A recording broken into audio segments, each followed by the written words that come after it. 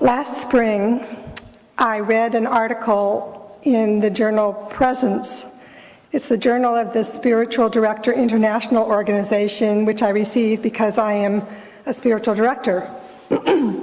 It was entitled, "The Art of Listening Deeply with the Vulnerable and the Marginalized," written by a spiritual director named Marcia Wakeland. It talked about how she and another person had started a listening post in a poor district in Anchorage, Alaska, where people could come and get a good listening to. Their visitors were primarily the vulnerable of Anchorage, who were homeless, working poor, addicted, mentally ill, recently released from prison, visiting from the villages of the Alaskan bush, and physically handicapped. I thought this was a very intriguing article, and I thought to myself, if I could find someone to work with, I'd really like to try something like this as part of my mental health ministry.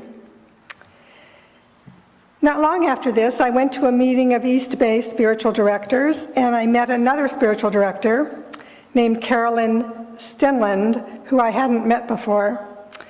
As we were introducing ourselves, I discovered that she also had seen that article by Marcia Wakeland, and in fact had made several copies of it and given it out to some of her friends. She had the same thought that I had. I'd like to try this with someone else.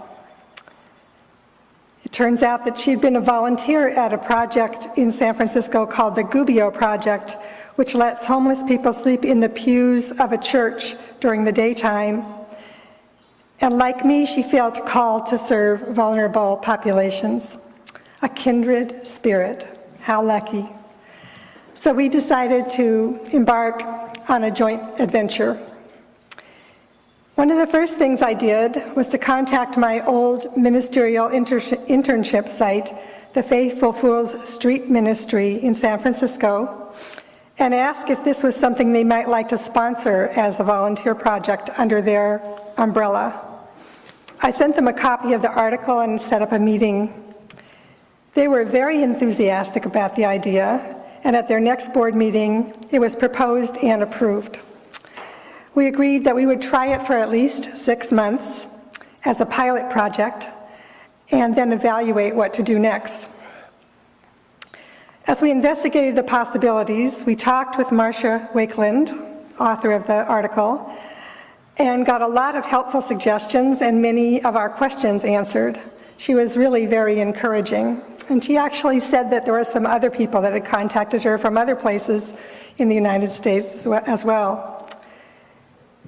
Then we learned of another similar project which started in San Francisco called Sidewalk Talk. Sidewalk Talk first launched in San Francisco in May of 2014 by 2 therapists. The co-founders, Lily Sloan and Tracy Rubble, along with 28 volunteers, set up chairs and free listening signs in various public spaces throughout the city, offering to listen to anyone passing by. Their goal is not to act like professional offering solutions, but instead empathizing and trying to relate from a place of purely being in it with them. Sidewalk Talk's mission is to nurture human connection by teaching and practicing heart-centered listening in public spaces. They believe that by engaging a diverse and inclusive community of volunteers, our culture, our relationships, and the world would be transformed. Learning about this practice, I could recognize that it held elements of emotional CPR and of spiritual direction, 2 of the areas central to my mental health ministry. Wow, what a find. Sidewalk Talk founder Tracy Rubble says, "The goal is really about destigmatizing mental health. Today, Sidewalk Talk has 700 volunteers worldwide in 19 cities throughout the globe. This is just since 2014 when it started. They have a website where people can sign up to be listeners and can be trained in excellent online training. And anyone can do this. It don't have to be a therapist or anything. You can just be a listener.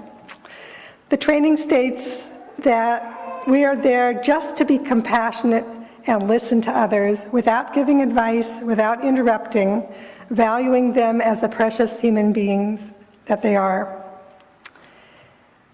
So Carolyn and I went to one of the Sidewalk Talk events, and we watched as two listeners talked to people who had gathered for an event that was offering services to homeless people.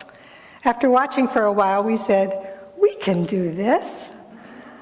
So we took the training and we got the t-shirt and we became official Sidewalk Talk listeners. So let me show you.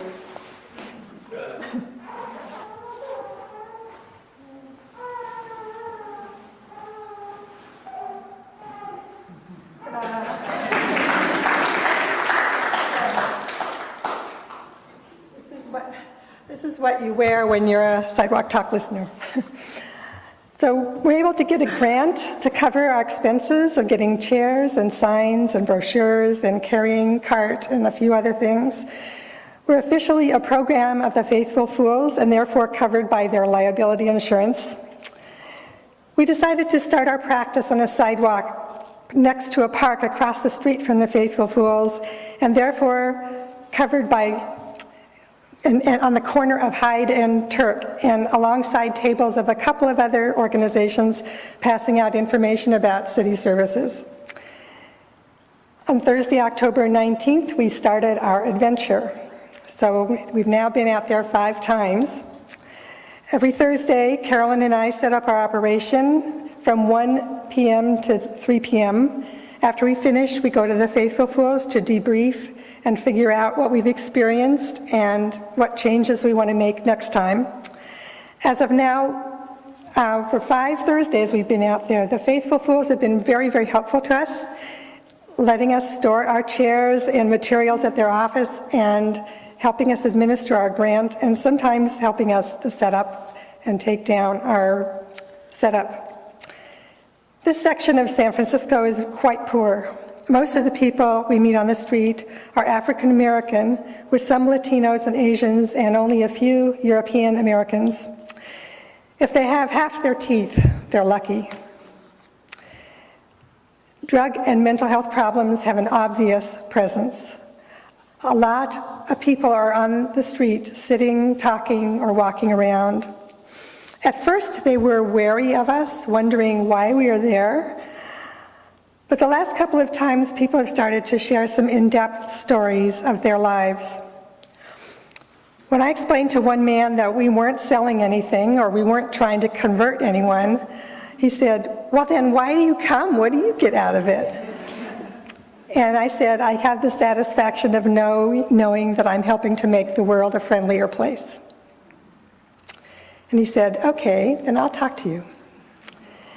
And he proceeded to tell me about his life after leaving Ethiopia, first for Russia, then Germany, and finally the United States. He spoke 5 languages and had many jobs and adventures in his life.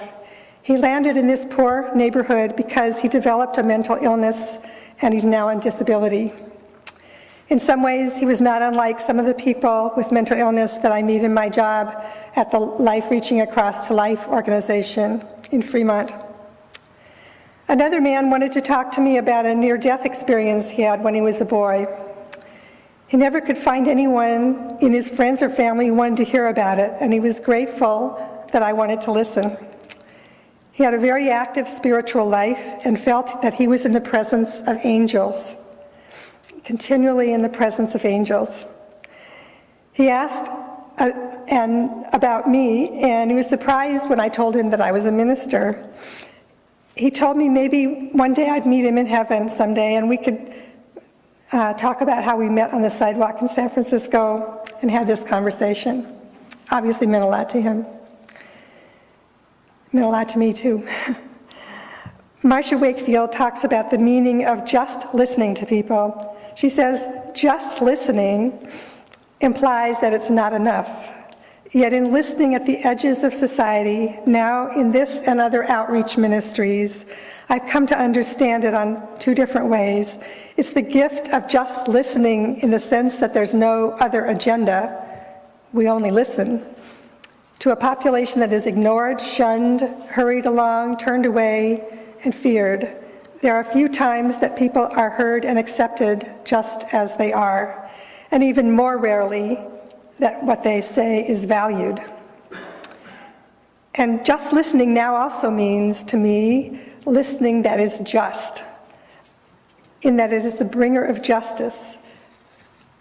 This justice states that each individual is of inestimable value to the world community. I personally think of it as sacred listening. Wakeland speaks of the spiritual knowledge that the relationship created in sacred listening makes her feel like we are all one.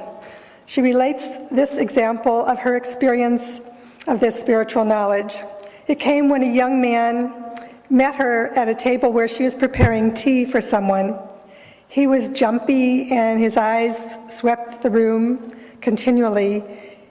He wanted to know what she did there. When she said it was a quiet place where people could tell their story, he replied, "Well, you wouldn't want to hear mine. I'm what you call a hardened criminal. I've done bad things." Wakeland waited silently. Spiritual directors are taught to wait. He continued, "I just got out of prison after 17 years, and 9 of them were in solitary confinement." "You spent 9 years in solitary confinement," she said, to let him know that she was listening, but not judging him.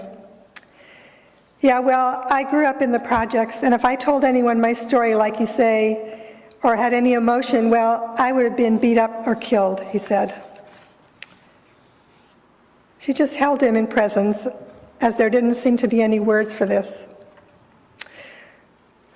"Well, I just came to say," he said, tearing up, "I'm still a human being."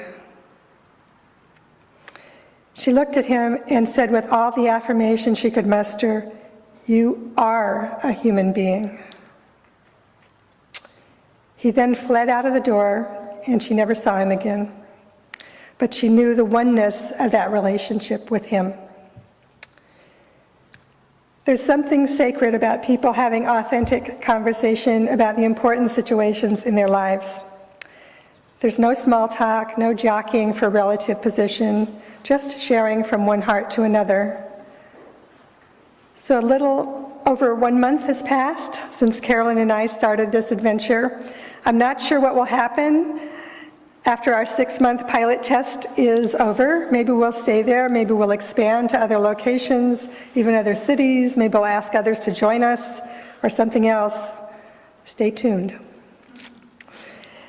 May we all be enriched by the conversations we have with others. So may it be. Amen.